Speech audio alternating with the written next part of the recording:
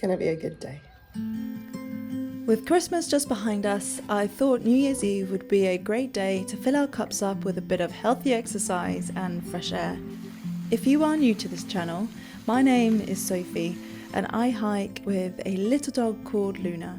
My hope is to fill your hearts with inspiration and wonder and hopefully inspire you to get out into nature. Okay, we are in Ojén today.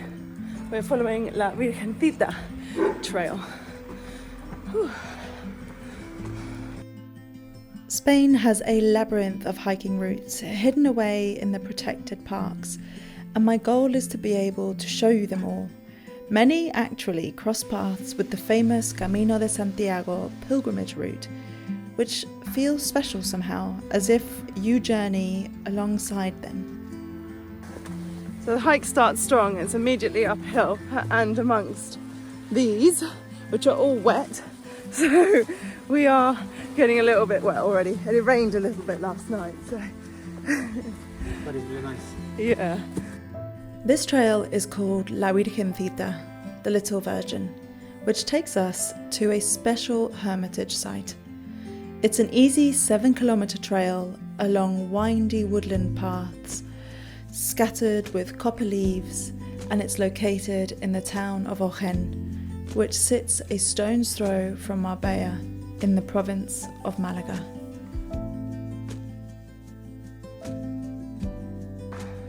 So we're doing this one, but within them it's got another two, and if you spot the lines here, so you've got white and green and white and yellow.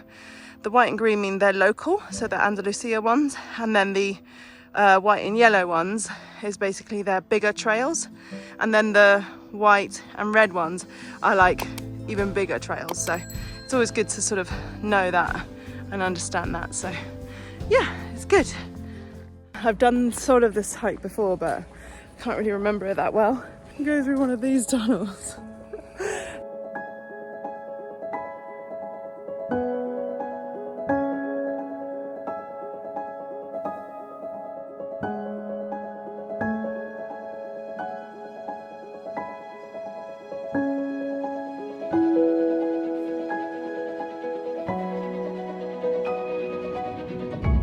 We finally made it to the path that led to the hermitage, cozied away deep in the countryside amongst a labyrinth of pines and rosemary.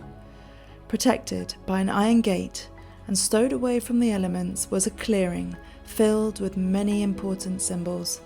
But in the middle of it all was the Virgencita. Adorned in blue and gold fabrics, her reverence was clear. Many people have come, leaving behind tokens of hope, belief, and faith.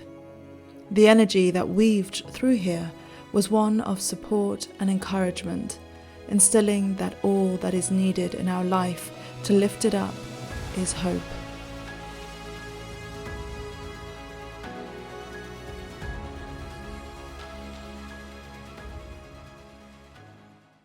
I don't know what I expected.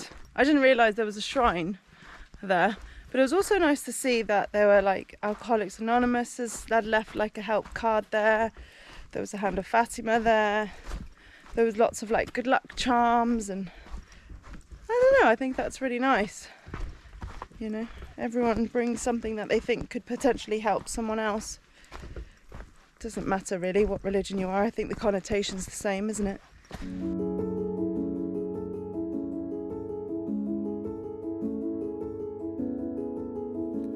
I love doing these winter hikes. It seems to bring with it a sleepiness, a restful peace that settles over the forests and the animals that live here.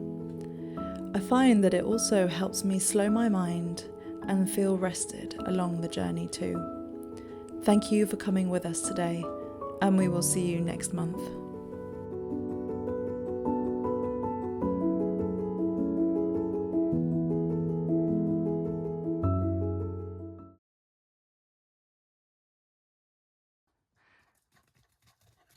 Yay! So does anyone remember what these are? I introduced them in one of my earlier videos, and they can be used for chocolate. They're very prominent in the south of Spain and Europe and Italy and stuff, mainly in the south, warmer climates. And they belong to this beautiful tree here.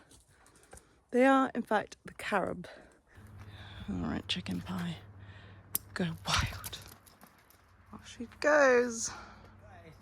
Also, I'm a lover of moss. Who knew? Do you know what? I think I've come to terms with the fact that I'm a little bit weird. I'm pretty much okay with it now. Let's have a look at the moss.